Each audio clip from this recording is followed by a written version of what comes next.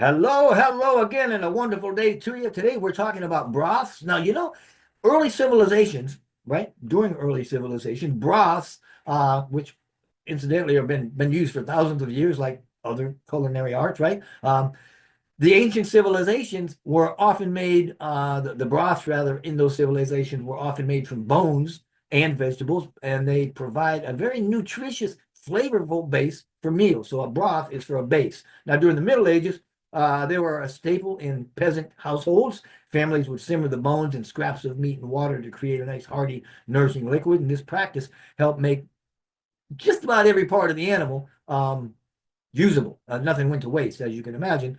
Now, in the 19th century, right, the 1800s, French cuisine elevated broth to an art form. Imagine that.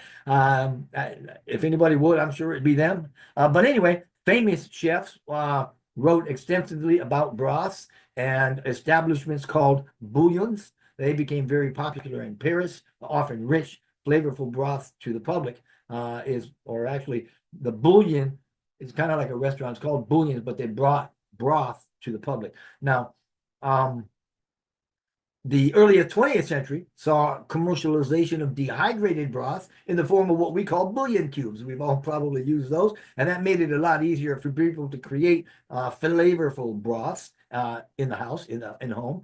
And in recent years, the broths they've gained some popularity because of their health benefits, particularly bone broths, which are believed to support joint health, digestion, and our immune function. So broths have evolved from simple peasant food to a celebrated component rather of a gourmet cuisine, if you will, and even a staple now of health conscious diets for folks like us. Now, today, a culinary broth is a very flavorful liquid. It's made by simmering bones, meat, vegetables, and herbs in water. It's commonly used as a base for soups, stews, sauces, other dishes.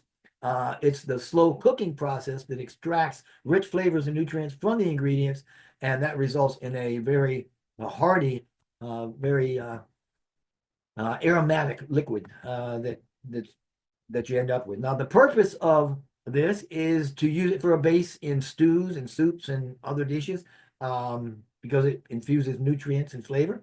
It's made by simmering the bones and vegetables and herbs in water for quite a few hours. And the process is such that the liquid is strained and can be used immediately, or you can store it for later use. You can keep it in the fridge, freeze it for later. And they're often what we call clarified. Broths are clarified to remove impurities and fats and stuff like that if you want less of that in there, by screening, clarifying it. I've included a couple of broth recipes here just to kind of get you started. One is a base chicken broth, and the other one is a non-chicken. It's actually a vegetable broth.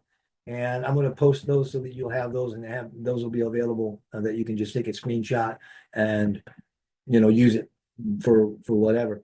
Now, you can also use vegetables once you do the broth. You can use the vegetables that have been used by making either a puree or a mash. Right now, a puree is a blend of vegetables that have a bit of the broth and some cream to make it smooth. A smooth puree. It can be delicious side dish or a base for other recipes. If you make a mash, it's just you mash the vegetables with butter, salt, and pepper, and